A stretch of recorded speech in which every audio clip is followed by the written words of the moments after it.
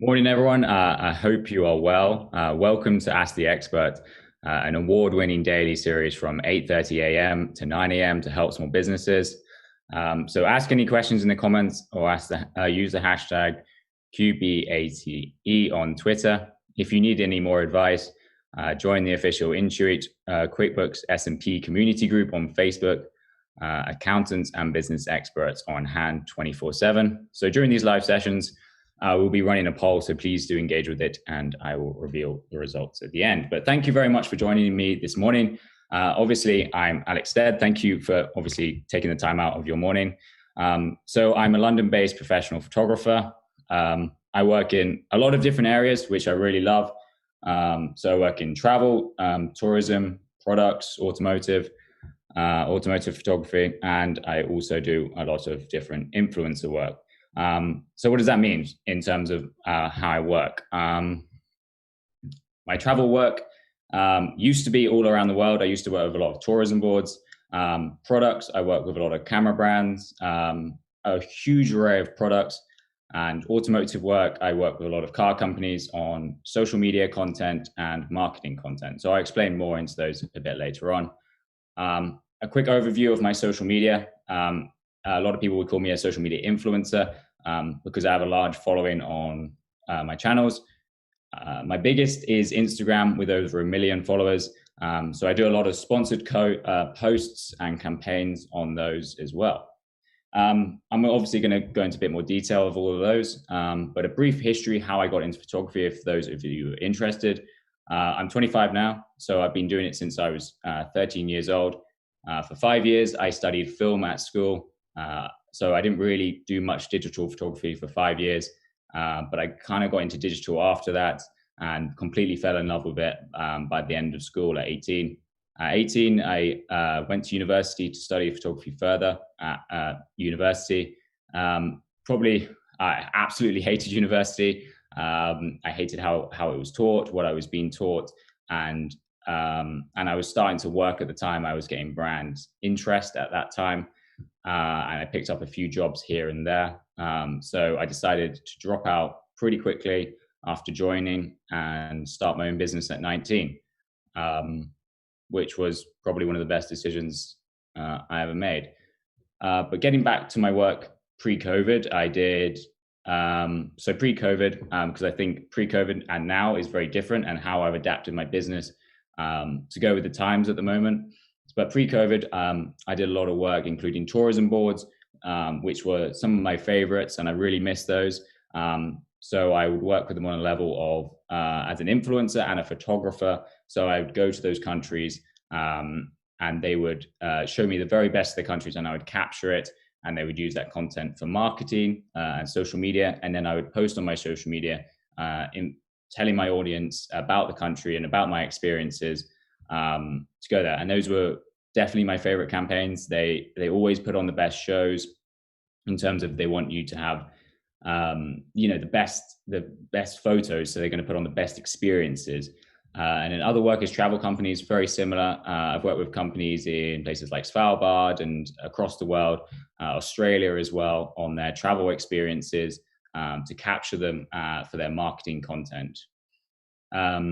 Other bits of work include hotels. I do a lot of, obviously, the influencer stuff at hotels, which is just basically go stay, and they invite you to come stay, and that's fun. But I'd also do a lot of hotel shoots, which I much prefer. I much prefer doing full-on shoots than influencer works.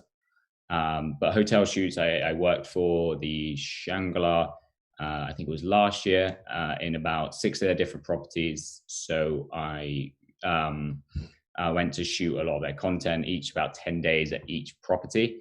So that was a lot of fun, working with the team, working with models. You spend a lot of time in hotel rooms and all the different sections of the hotel, but I thoroughly enjoy the process of going to a hotel and creating the best marketing content for them. And those were really, really fun shoots.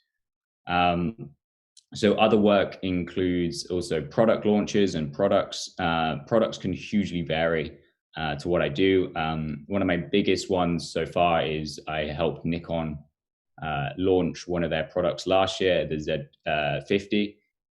which was a really cool campaign. And I'm used to, as a photographer, being asked to come to a destination and just shoot the campaign or work with them a bit on the brief, and then we go shoot the campaign. That product launch was a very different. It was, here's how much money we have and what can you do? So I worked out the brief in terms of where we would go, why we would go here. I chose Italy in the end. Who we should be hiring in terms of you need someone at local to sort all the permits. We need a drone team to get the aerials. We need 3 models, videographers to assist me getting the videos and the photos. So there was probably hired 10 people for 10 days in Italy, going across the country, and had to, not as well as, you know, shooting the campaign, I was coordinating the logistics, which I found, I really love that kind of part of it all. So obviously it's COVID now, so everyone's had to adapt how they work and how their businesses work. So I've done exactly the same. So I've been working more and more in the UK. Which is fantastic actually, because before this I rarely worked in the UK, which is a shame because there is a lot of beautiful places, but I've been working with a lot of different brands in the UK, which has been a lot of fun. Like lots of little products. So I've been doing a lot of smaller shoots. Like last year, I think I had a lot larger budgets and a lot more to play with in terms of travel and opportunities. But I've been able to still work with smaller companies on, you know, new products or other products or campaigns within the UK. So I'm really making the most of what the UK, you know, has to offer, which is a lot. There is a lot of incredible places. A big focus of this since March or April, since lockdown, was creating my own online store. This is something I've always wanted to do, is to sell, you know, prints and presets and Lightroom plugins and Photoshop plugins. So I spent most of my April when I was locked in my house, creating that online store and learning a lot about how to automate a whole system. So when someone buys a product, it's all automated, everything's sorted, and it takes hopefully no glitches. So that was really interesting, learning the process of doing that, and I thoroughly enjoyed that. And also learning how to use different advertisements, because a lot of people would maybe be saying, well, you could only start an online store because you have a huge Instagram following. And barely any of I think probably 90% of my sales, 95% of my sales are from advertising I do myself. So I learned a lot about Facebook advertisement and other kinds of advertisement as well, which has been really, really interesting to learn. But that was also, yeah.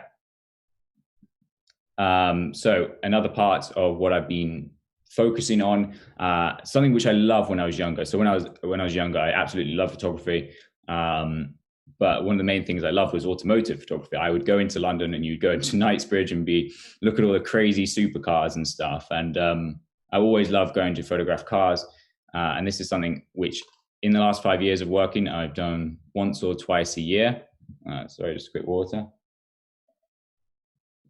I've done once or twice a year for a couple of different brands like Mercedes and Porsche, but never really focused a lot of effort into it, just because I want to put the travel stuff first. But I've been really focusing on that around the UK. So since I think this summer, I've worked with Mini, Skoda, Mercedes, Bentley, Lamborghini on different stuff around the UK, which has been incredible. And I've hugely enjoyed that. So next year, looking to the future, I think travel is going to be very different.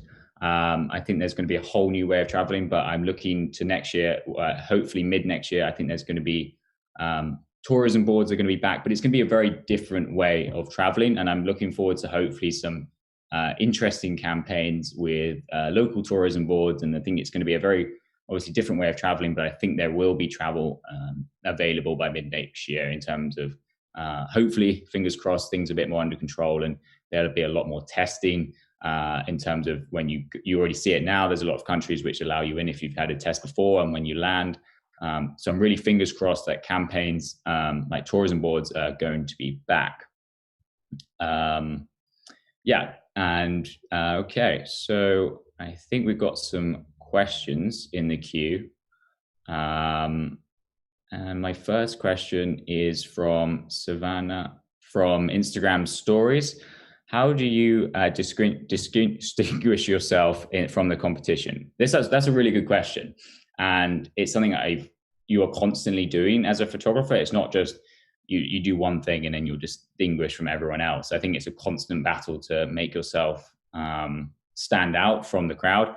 I would think from my perspective, it's my work. So I would say being a photographer is 50% business and 50% talent, because I know some fantastic photographers who don't know how to connect with people and talk to people and go meet people and how to meet brands and agencies and make their portfolio into what a client wants, even though they're very good photographers and they can do it. So to distinguish yourself, I would say really focus on your work and your style. And I think that's what I would think I've done myself from the competition. I think my work is I think my work's good, but it has a certain style and it has a certain feel. My work, and it has a certain lightness in terms of it's very easy to read.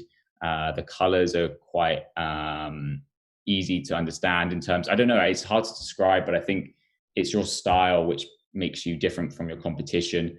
But also, I think what can distinguish you from your competition is how you work, your workflow, how professional you are. I just there's really basic stuff when you're working as a photographer, just being really nice to clients. And that sounds crazy, but a lot of photographers are actually quite I don't know, harsh when they're talking to clients or harsh when talking to people they work with. And just to be a general really good guy all round and make work really easy with clients, it really does put you out there that these clients want to come back to you and work with you again. All right. So next question. Sorry if I don't pronounce all your names right. Aveline from Instagram DMs. Your Instagram feed is bliss. Thank you very much. What kind of planning and effort do you put into content creation for your feed? A lot of people think I put a lot of thought into my feed, a lot of time ahead, and I know a lot of creators do. There's certain apps you can get where you can plan your feed ahead. Sorry, I can't remember them off the top of my head, but there's a lot of apps you can plan your feed and plan the color range and stuff. But I do sort of plan my feed, but I don't have a plan for what I'm for a couple of days ahead. I usually just be like, oh, I really want to post this today, or post something else, or maybe I should be posting today. So yeah, that's a hard one because I've been so busy recently. I haven't been the best example of someone who should be posting on Instagram. I would say I should be posting 4 times a week, and I should maybe plan out a bit. For me, I try differ my work from each post. So one will be like a hiking shot, and then one will be automotive, and then one will be an outdoors adventure shot. I try and mix it up, and the stuff which is less popular, I still want to post. I think that's the important thing, is that you get kind of drawn into what you want people to see. Like I could post a mountain every day and get 20,000 likes, but I want to be posting my Bentley work or Lamborghini work because I love that. That's what I want to see on my feed, and that's the stuff I want. So I hope that helps. So next question. So Vicky from Twitter DMs, who is your inspiration and why? That's a tricky question, but I definitely think I'm constantly getting inspiration from a number of different photographers and creators on Instagram. I wouldn't say it's one person. I would say it's a number of different photos I see, and I'm hugely inspired by the work people are doing or places people go. Not so much anymore. You don't really see people going to new places and exploring new ideas and new photography because everyone's pretty much staying where they are in the most part. So I'm usually inspired by a lot of travel images, but obviously you don't see as many new ones going live these days. So yeah, sorry, that's not a particularly great answer, but I think one of my all-time favorite photographers on Instagram is Chris Burkard. And there's a guy on Instagram who I really enjoy his work, is Short Stash. Chris Burkhardt is just a legendary outdoor photographer. I've followed him since I was a kid. I've met him. He's a great all-round guy. He does amazing campaigns. Short Stash, I've actually hung out with him a couple of times. Really nice guy, very down to earth. He inspires me because I just think he always does something different with his work. I love how he edits. I love how he shoots, and just generally how he works as a person. I think that's inspiring. I think you can inspire people you see online, but once you meet them in person, I think it's even more inspiring how just chill they are and how they work. So next question, Archie from Facebook Messengers. Hi, Alex. I'm planning to go online with my leather goods business and this products on my own website, as well as eBay and Amazon. I want to take product shots myself for now. What's the best way to ensure good looking images? So let me just have some water. It depends what kind of images you want to go for. It really depends on how much experience you have with a camera. If you don't have any experience with a camera, I would highly suggest just hiring a photographer. I know you might not want to spend money now, but it might really help putting a little money aside to get a professional photographer to take your products out. Because those images is what sells and what catches people's eyes. So if you don't know much about cameras, it might be really hard to get fantastic images. But if you do, that's great. On the other hand, so leather goods, best looking images. It depends what you want. If you want studio images, or if you want, if you just want basic studio images with a white background, what you can do is literally, I think they sell them on Amazon. You can get like a white box, and you can put lights into it from either side. They can be any kinds of lights. It's just basically a white box, and then you put your product in the middle, put your camera on a tripod, and just shoot basic product shots on a white background. If you wanted something a bit more interesting, like I'm currently working with Zippo or on a campaign, and they want lots of shots in the woods and stuff, I think it's definitely worth maybe hiring a photographer for a day and giving them a brief and a little campaign to go shoot if you want stuff in the outdoors and just show your products. I definitely think it's worth the investment, as that's what I work on a lot, is great images to sell products. And if you just got images like everyone else, I don't know if your product would entirely stand out. So maybe have a think on that. So David from Instagram DMs, what are the most important points to consider when building a portfolio? I'm a wedding photographer. I want to explore other projects. So building a portfolio is probably one of the hardest things photography can do, in terms of that you want to start working, but you don't have the hugest portfolio ever, which is tricky to get new images in. To get new images in, like a wedding, you need to be hired. I've never been a wedding photographer, so that's hard to say. But I'm guessing with wedding photography, a couple of my friends have done wedding photography, and you can start out small in terms of finding a photographer and assisting them to build your own portfolio to go full time. So assisting jobs is probably a very good way in building a portfolio. Outside of that, you could create your own personal projects. I do personal projects. Well, I used to do a lot more personal projects for myself before COVID. So it would be either putting money into doing photos I knew I wanted for my portfolio. And obviously wedding photography is very hard at the moment because there's not really many weddings. And yeah, you could always get a couple maybe who have got a wedding dress and the whole outfit, and take them for a shoot, take them for like a dream shoot, and just be like, I know you had your wedding 5 years ago or whatever, or 10 years ago, but I'd absolutely love to take you to this place, and you guys can print these images on your wall or whatever, but I just want to do this shoot for my portfolio and for my own experience and website. And hopefully, that could be a way of growing your wedding portfolio. Other project avenues, it's the same kind of thing. Like I wanted to do more automotive work, so I started talking to a lot of different people, different brands. But the first thing I did to grow my portfolio in automotive was see who I knew who had interest in cars, and asked them if I could go shoot them in interesting places. So I took a Porsche to Scotland. Someone kindly lent me a Porsche to go to Scotland in, and I did a huge amount of portfolio in terms of images, and I got fantastic stuff. And Porsche picked it up, and they absolutely loved the personal project I did. So that got me recognized in that area. So yeah, that's I really hope that helps. And yeah. So one sec. So next up is Vinny from Twitter DMs.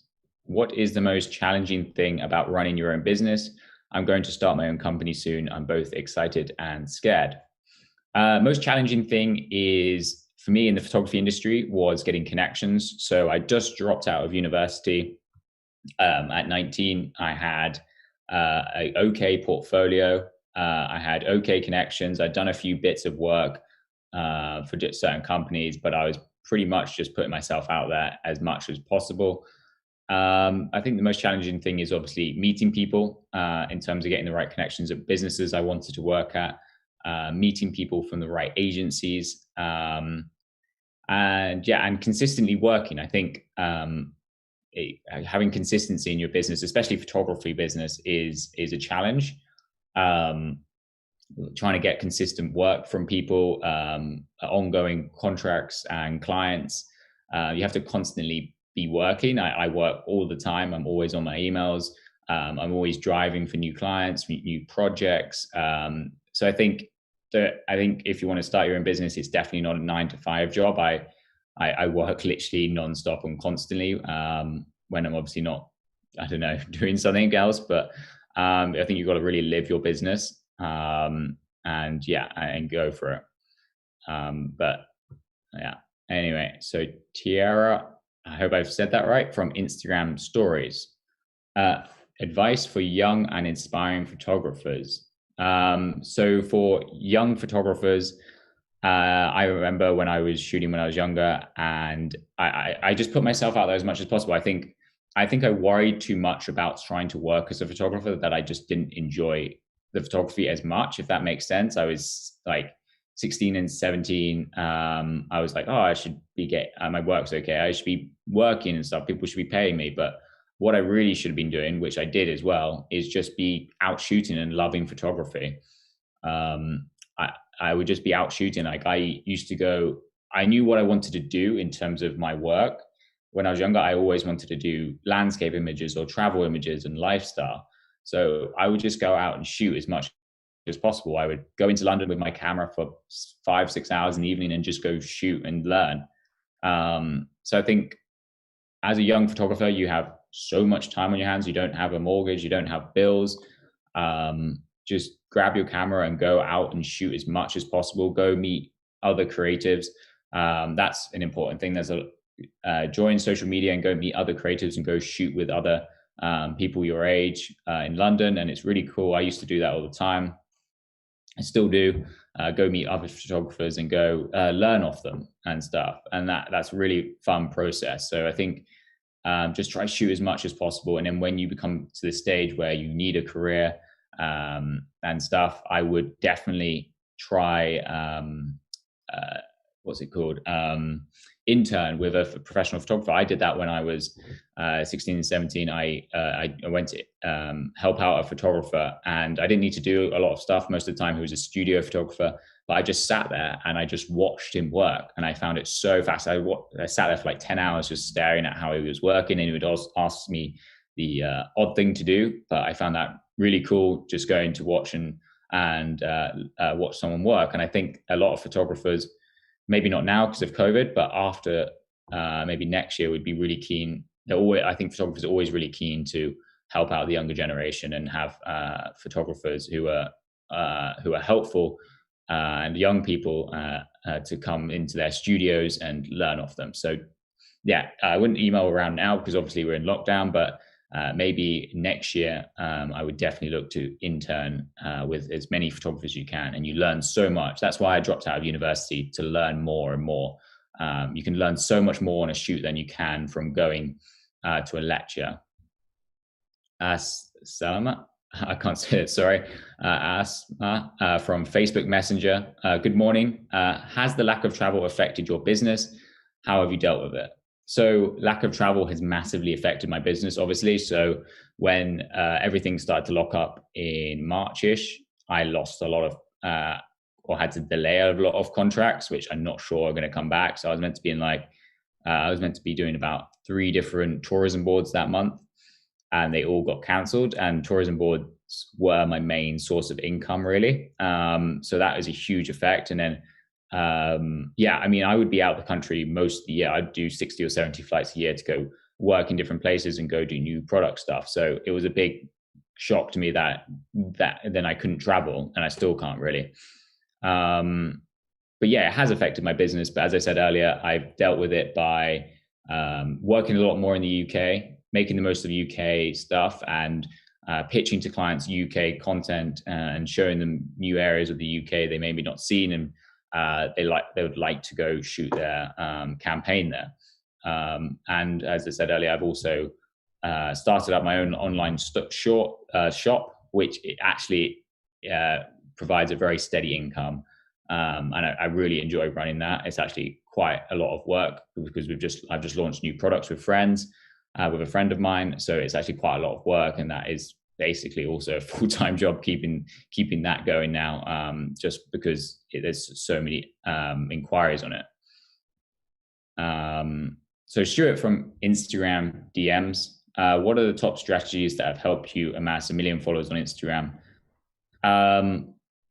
So Instagram's an interesting one to grow on. I don't grow as much as I used to at all. And that's not to say you can't grow now. So some of the strategies I had was obviously posting good stuff. I think that really helps. Just really, if you look at my feed, it's very, I hope you guys enjoy it. It's very beautiful. It's very simple. There's some interesting in different places there, different angles. So firstly, good work. Different from other people, showing new places, new ideas, new photos. So that really helps. But the other strategies include, simple things like hashtagging, or hashtagging hugely helps. I can reach on a post up to 50% more people. And if you go on one of my posts, you'll see the strategy I'm currently using to hashtag, which is 5 hashtags in the comment in your caption, and then you put 25 in the actual section. And I found that really, really does help with gaining the biggest audience outside of your audience, if that makes sense. So I see 45%, 50% extra reach on some posts, which hit the explore page and go to different hashtags. So I say hashtags is really important. I would say create a personality around your account. Instagram stories can really help. Tell your story, who you are in your bio, and kind of build your brand, but personality more importantly, because you have your brand on Instagram, but more, I think people want to follow your personality and what you get up to. And really I think the main thing for me was sharing my very best work, which people enjoyed. So, and I kept consistent over 8 years. So it is not a short-term gain on Instagram. Okay. So Stuart. Sorry, Stuart, you were the last question. Now we'll just get on to the poll results. So we asked you, do you feel confident in your business will thrive in 2021? 50% of you said yes, and 50% of you said no. I'm probably with you there. I'm kind of 50-50 in terms of how I think my business is going to thrive. I don't think it's really going to thrive until about 6 months into the year. Really, I think the first couple of months of the year are going to be very slow. So I do agree with you. I think it's going to be it's a very up and down thing. You don't know how your business is going to grow in 2021. But yeah, I really hope we do. And thank you very much for taking part in that. So if you have any more questions, then please do get in touch with the QuickBooks support team. And if you want to reach me on DMs, or my Instagram is Alex_Stead. So coming up on Ask the Expert tomorrow is Eva, and who is a GMCG digital team where she helps business maximize their efficiency. through the automated systems and process, and also how to make the most of data at their fingertips. A reminder, if you need any more advice, join the official Intuit QuickBooks S&P community group on Facebook. Accountants and business experts on hand 24/7. Thank you very much. I really enjoyed taking all your questions, and have a great day.